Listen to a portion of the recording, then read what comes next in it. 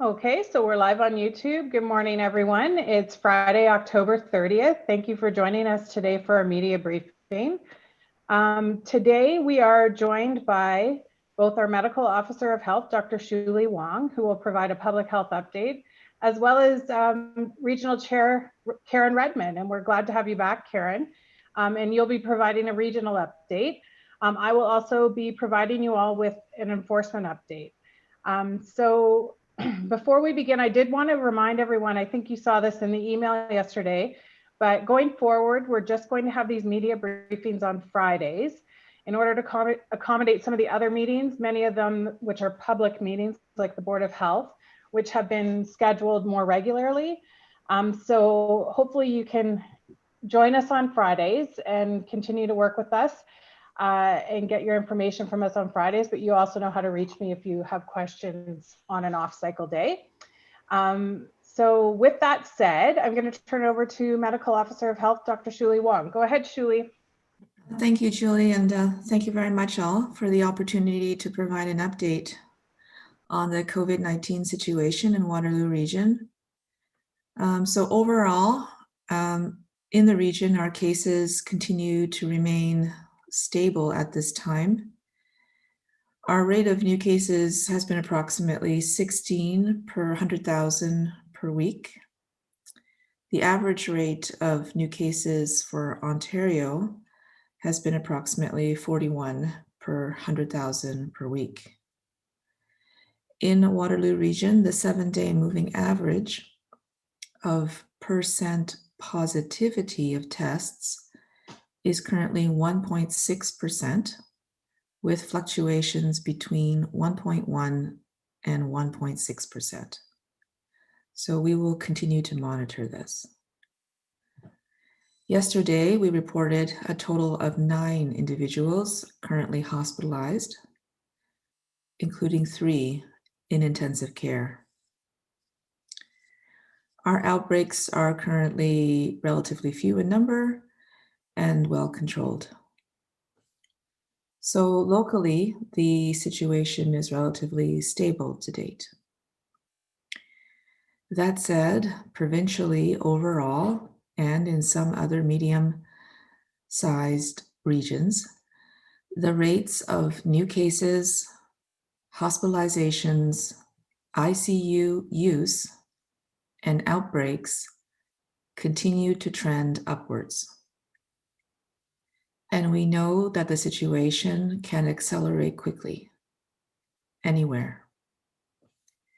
As the weather becomes colder, people will spend more time indoors.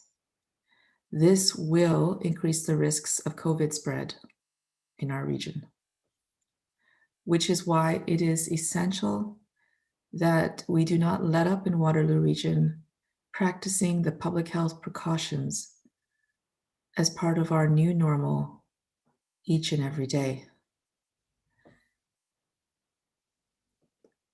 Just as a reminder, 4 things to remember.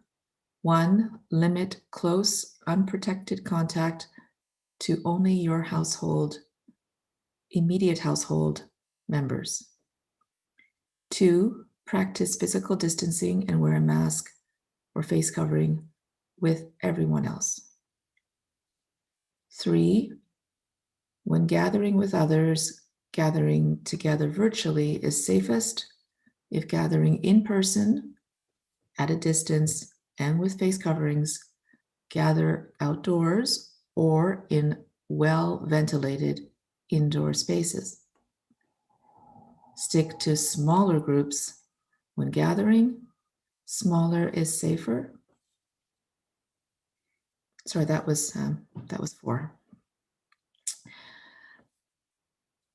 Halloween reminder. So we know that tomorrow is Halloween. So however you choose to celebrate, Halloween will look a little different this year, but it can be just as fun. To celebrate safely this year, the province has issued the following recommendations. Avoid gatherings with people outside of your household. And I want to emphasize that this also applies and is especially important, in fact, for adults. We know that people have often had parties, adults that is, during Halloween. So please do not attend parties. Do not attend gatherings with anyone outside of your immediate household. Stay home, if you are feeling ill, even if you have mild symptoms, and turn off your porch light. Don't hand out treats if you are sick, even mildly so, or you've been asked to self-isolate. Consider low-risk activities for your household, including decorating pumpkins, attending a virtual costume party, having a Halloween movie night, sharing spooky stories, planning a trick-or-treat scavenger hunt in your home or backyard. And if your family chooses to go out trick-or-treating or to hand out candy, I encourage you to wear a face covering, only go out with your household members, keep a distance from anyone else outside of your household, and wash or clean your hands often. In closing, I appreciate all the efforts across Waterloo Region to slow the spread of COVID-19 in our community. Your efforts are making a difference. Your efforts are helping to lower the risk in our long-term care homes and other vulnerable settings.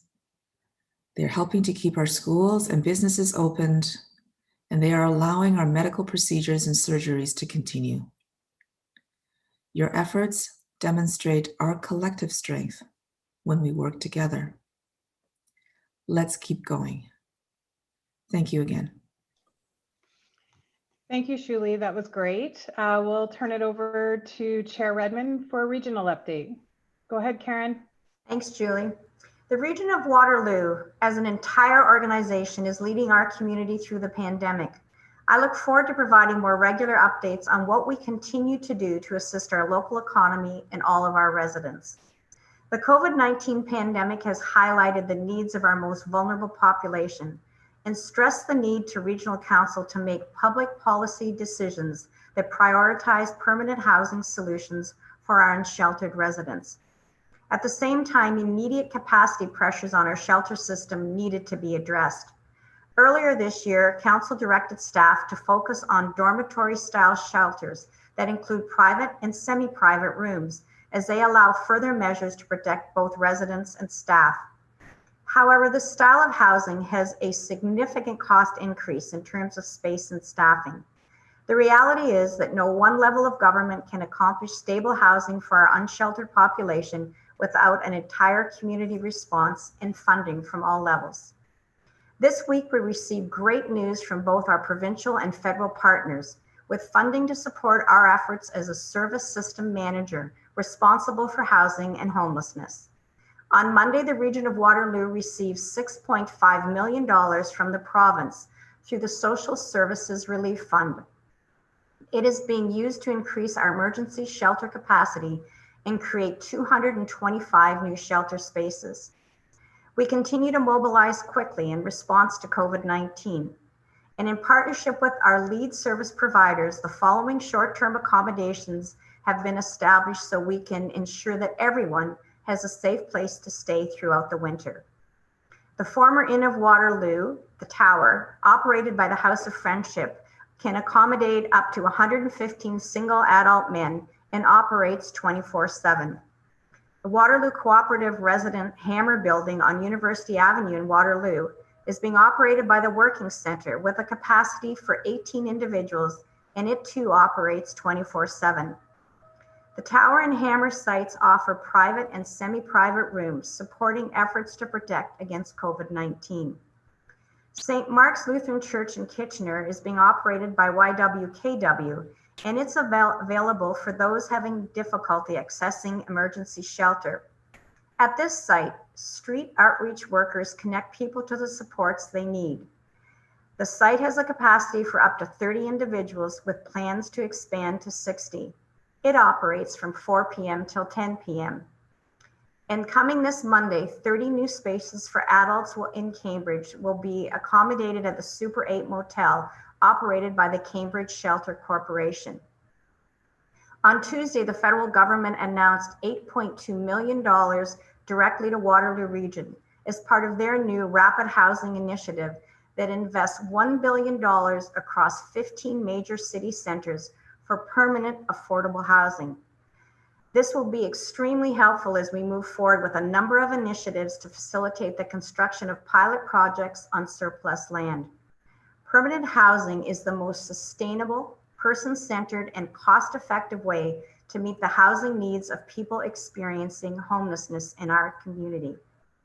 On behalf of the local restaurants, Regional Council, along with the local municipal councils, have sent formal requests to the province this week asking to extend our delegated authority for patio licenses beyond the current date of January 1st, 2021 until January 1st, 2022.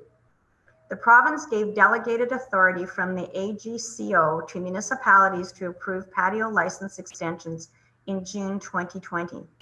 This streamlined process reduced red tape, removed barriers, and expedited approvals for over 150 patio licenses across Waterloo Region. We've heard from many businesses that providing this type of certainty now will help them decide whether to stay in business over the winter months. This year continues to be a year like no other, and Remembrance Day will be no exception. On November the 11th, we observe a moment of silence to honor the courage, valor, and sacrifice of the heroes who have served and continue to serve Canada during times of war and conflict. The official launch of the 2020 Royal Canadian Legion's Poppy campaign is taking place this morning at the Kitchener-Waterloo Poppy Fund office. Funds raised from the campaign directly support Canadians serving and retired veterans and their families while helping ensure that Canadians will never forget their tremendous efforts. Even though we can't gather this year to observe at one of the many cenotaphs or memorials in our community, we can pay tribute by wearing a poppy and financially supporting the Royal Canadian Legion, by wearing one of the Remembrance Day masks being sold by the Royal Canadian Legion, observing a moment of silence at 11 a.m. on November the 11th from home or wherever you are, and join on the online ceremony from Ottawa's National War Memorial, where the region of Waterloo will proudly have one of the 800 wreaths placed in honor of local veterans and service members. And finally, just a reminder to have a safe and happy Halloween tomorrow by following public health advice. We're fortunate to have many local municipalities hosting COVID-friendly events at community centers. We have businesses who are offering drive-through style events for kids of all ages. However your family chooses to celebrate this year, please follow Dr. Wong and the province's guidelines on physical distancing, wearing a mask, hand washing, and sticking within your household. I look forward to seeing the pictures of everyone's creative costumes, including pets this year. And for anyone who's been on Twitter and seen Davey dressed up like a Waterloo Regional paramedic ambulance, I think the standard has been set. Thank you. I would definitely agree with that, Karen. Thank you. So before we go to your questions, just a quick enforcement update. We continue to get complaints and inquiries from the public that we respond to. Typically, I think in the past week, we had about 100 come into our enforcement teams, of which we did follow up on all of them, often education, phone calls. There were no charges laid this week. Sorry, that's my dog. It was bound to happen. So anyway, that's it for enforcement. I'll now turn it over to you guys for questions, and we'll start with Damon from the Woolwich Observer. Go ahead, Damon. Hello, my first question is for Dr. Wong. Are we expecting to see a rise in cases, I guess, 2 weeks down the road from Saturday for our Halloween sake? I hope not. We do know that provincially, we do see overall in the province rises in cases after holidays or festive days. And so, you know, we haven't really seen here that increase after Thanksgiving, at least not in any significant way. And so I'm hopeful that we can continue to keep our rates of infection stable and not see an increase or a surge after Halloween. But that will depend largely on if people continue to practice the recommended precautions. And I know we can. We've been doing it, and Waterloo Region has been doing a good job. Okay, and then my next question is, the other week you were saying workers need to be screened on coming to work. Have those regulations been followed throughout the community so far? Yeah, so those are Ministry of Labor and provincial requirements that have come in. And we've tried to get the message out as well. I mean, they're going directly to employers from the province, but we're trying to echo that information. We have, for example, regular touch bases with business community, and so we try to amplify recommendations that way. I would say that what we've continued to see in our case and contact management is what I mentioned a couple of weeks ago, which is that, we have often observed that in workplace settings, people are generally, they're trying, they're putting in good efforts. They have a lot of precautions in place, but they tend to forget or let their guard down when they are interacting with other colleagues. So they tend to be, pretty diligent with patrons, for example. And so there's very little risk that we see when we follow up in the employee to patron interaction. But oftentimes we see that people forget or they let their guard down when they are with their colleagues. So we have seen transmission, more than once. We've seen it a few times from coworker to coworker. And when we followed up with those links, we've discovered, yes, they were, they were socializing together often during lunch or break times, and they were not that far apart. They were not distancing. They were not wearing masks, often because they have to eat, right, during break time or lunchtime. Yeah, so I at the provincial news update yesterday, when they talked about trends across the province, they noticed they've been noticing the same thing across the province. So this is a bit of a general phenomenon in workplaces, and that's why I wanted to emphasize that so people understand that these often are the risks we see in workplaces. And I think this new guidance from the Ministry of Labor is going to help workplaces remind themselves to take precautions at all times, even when employees are with their colleagues only. Okay, and then my last question. So in contact trace and follow up, say for restaurants where there's logbooks, how often than not are some of the names on there just made up, or just made up phone numbers and addresses, just people filling it out because they feel like they're supposed to? Want to be funny? No, it's a good question. I haven't talked to our inspectors about that lately, but I know in general, when we look at logs, the large majority, they're legitimate, and every once in a while you get names or numbers you just they don't work.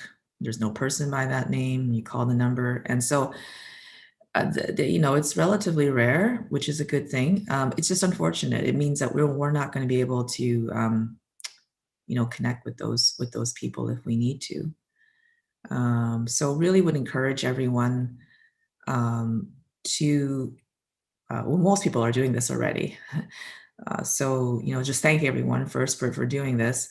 And it really is helpful for them because if we can reach them quickly, then we can give them advice, and they can that can help protect themselves and their loved ones. Okay, thank you. Thanks, Damon. We'll move on to Nicole from CTV. Go ahead, Nicole. Hi, good morning. Good morning. First question would be in regards to some of the numbers and like the pie charts we saw for the 4 hot zones that are under the modified stage 2. I'm wondering if we can expect anything like that from Waterloo Region Public Health, just so we can see where, I guess, the what the rates are for certain settings when it comes to outbreaks and all that stuff. Yeah, well, we have that information just displayed in a different form on our dashboard, right? And that's, I think one of the things to remember is those are regions with a lot of people. So, they have a lot more outbreaks. As you can see on our dashboard, we do have outbreaks, but they're not that numerous. And so, oftentimes in a particular setting, we have one or a particular sector, right? We have 1 or 2, as opposed to maybe in Peel where they have 50 or 60. I shouldn't maybe mention Peel, but one of the GTA regions, right? And so, and the other thing to remember is that outbreaks take up a minority of all the cases, right?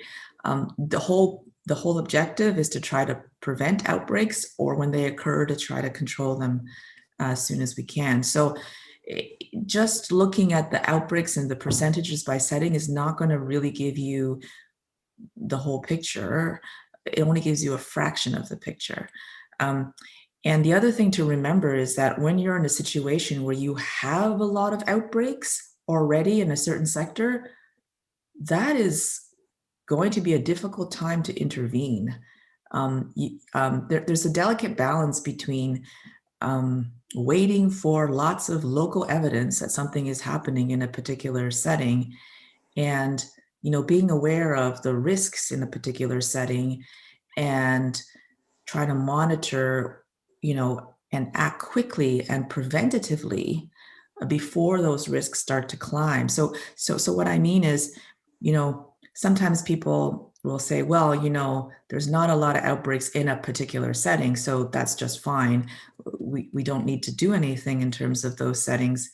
But it's sort of looking at it a bit too late in that case. So I would say, that the data is already available. It's just we don't have as many here at this point in time. But of course, if we start to notice trends that are more significant, I will highlight them during the weekly briefings. In terms of the outbreak declared at Our Lady of Grace, Yes. There's 2 students and a staff member. Have there been any other cases related to that aren't in the school, but perhaps family members? So right now there's only 3 that are associated with this outbreak, but we, the cohort is under a period of monitoring. So they've been dismissed and they're being monitored. And so it's possible we may see some additional cases, but at this time it's just 3. And why not send the whole school home? Because it only affects the cohorts that have been dismissed. There's no interaction between other students and the students in that cohort who may have been exposed. And my last question, I know we're talking about Halloween and not gathering. I'm just wondering, are you able to say whether or not what you foresee for Christmas? No, not at this time really, but I would say that I think we should expect that we're going to have to keep up with the public health measures, right? And I'm sure there'll be more advice coming closer to the time as we get a better sense of where we're at provincially and locally. But I would say that, I would recommend that people start to envision that a lot of the practices that, we need to keep up as part of our new normal to reduce the risks of spreading it to our friends, family, and loved ones, we're going to have to continue those. To think about them as, just something that's part of our new normal, and how can we make those gatherings and those celebrations meaningful, fun, etc., while incorporating those precautions. So I think that just might give people an idea of something they can do to plan for, so that regardless of where we're at, they can take measures to keep their friends, family, and loved ones as safe as possible. Okay, thank you. That's it. Thank you. Nicole, can I ask if you're done your Christmas shopping yet? 0. Some people are good at doing it early. Had to ask. Okay, so thank you, Nicole. Moving on to Tim from 570. Go ahead, Tim. Hi, Tim.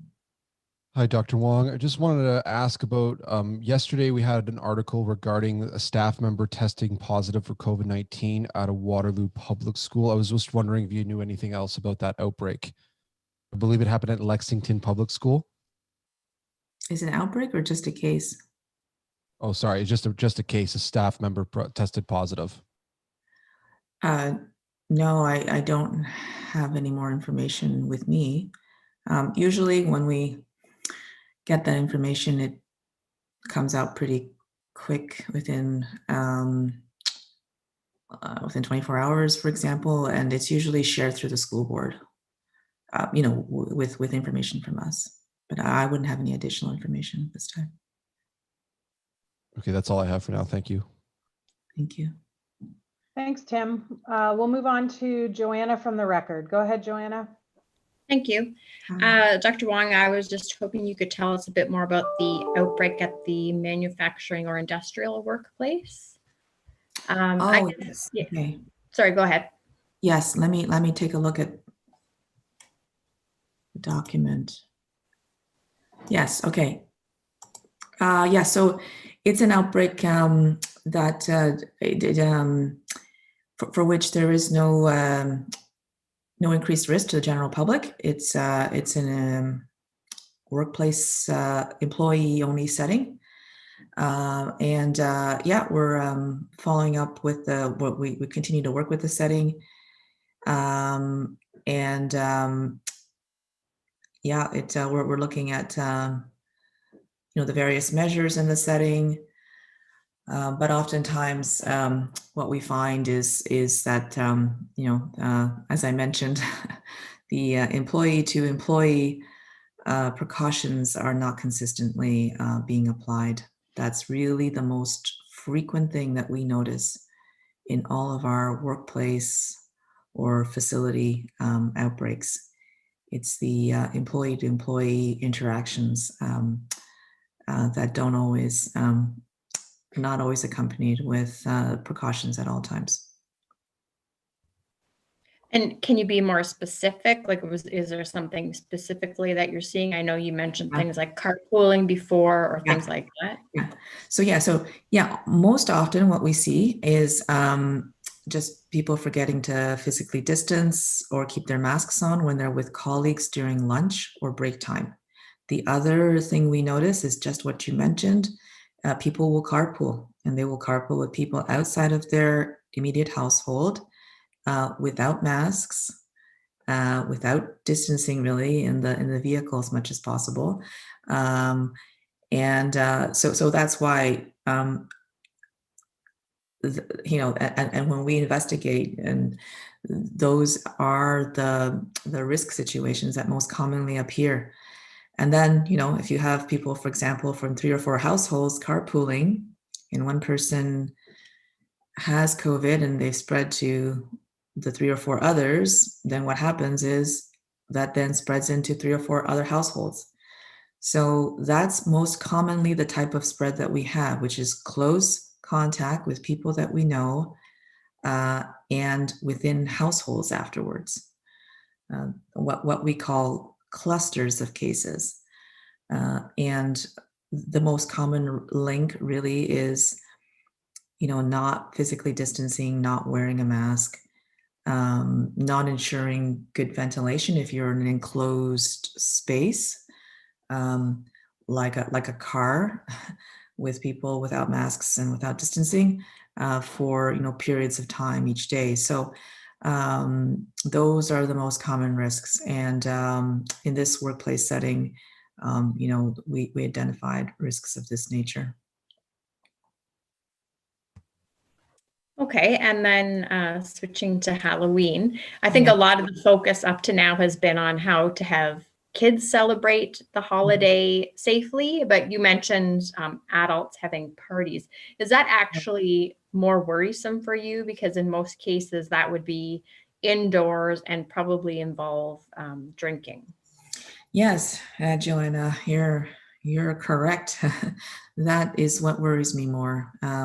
So I have to admit, I am not a Halloween person, so I, don't know that much about the traditions. But what I understand, what a lot of people have told me, is that there are a lot of adult parties during Halloween. So that does concern me, because, again, we've seen this locally. Not to a great extent, because we haven't had that many outbreaks locally to date, but provincially, in those graphs that we've seen from the province yesterday, there are a lot of clusters of cases and outbreaks of cases caused by people having parties, adult parties. And we know that this is a popular activity at Halloween among adults. And likely, this is the riskiest activity during Halloween because it's exactly as you said, it's done indoors, it's done with a lot of people.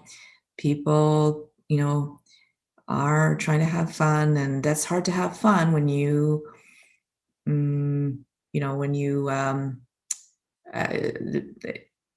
what I mean is, some people feel they can't have fun unless they're in close contact. And of course, if people are drinking alcohol, after a while, they could feel less reserved and again, get in close contact with people more easily.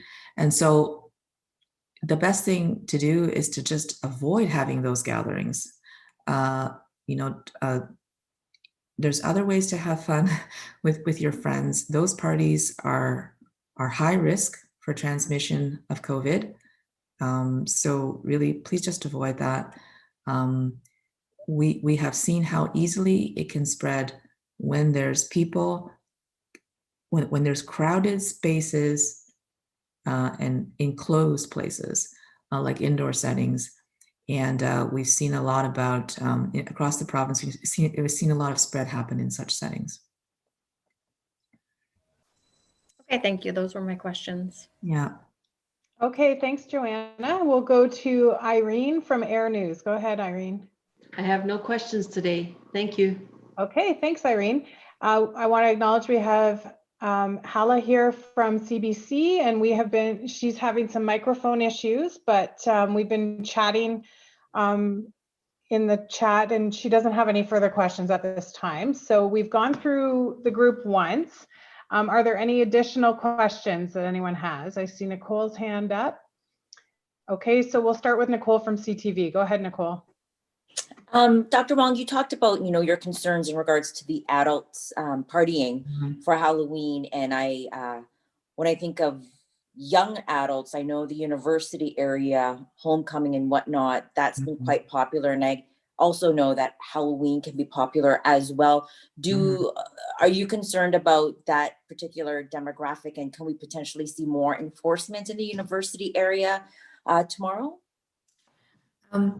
So that's a good question, because there's been a lot of talk about young people, young adults and parties.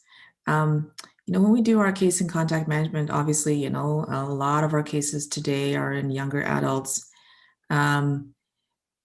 But we also see parties among older adults. I think it's a thing among adults in general. And yeah, I'm always concerned. I'm always concerned You know, I think we've been doing really well as a region so far. We started having more cases right after Labor Day, and then we pulled together and we've slowed the spread, which is great. So we've, you know, stabilized in terms of our rates. But, you know, this can change quickly, and I'm hoping people understand, you know, we have to keep up those measures, and that includes not getting together to have gatherings. We used to say, right, over the summer, you know, indoor limits are this, outdoor limits are that, keep it to 10 people or less. And then what we saw is people didn't really understand that. And they went from one group of 10 people to another group of 10 people to another group of 10 people, which ended up being, if you had a case, you had like 60 contacts to follow up with, because they were with 6 different groups of 10 people, you know, in the last 7 days. So that's why the messaging now is really only have close, unprotected contact with your household members. If you're going to gather with anyone else outside of your household members, make it really small and keep a distance and wear a mask. And so in that case, you know, really it's discouraging parties with a lot of other people. We shouldn't be having it. And there are also now stricter indoor and outdoor gathering limits. So in terms of enforcement, I know our enforcement partners, I haven't spoken to them, you know, in the last couple of days or anything, but I know that our enforcement partners, they are always, you know, aware of different times of the year where there could be more gatherings and or large parties, and they are being very vigilant. And I'm sure they're monitoring things and are prepared in case they need to act.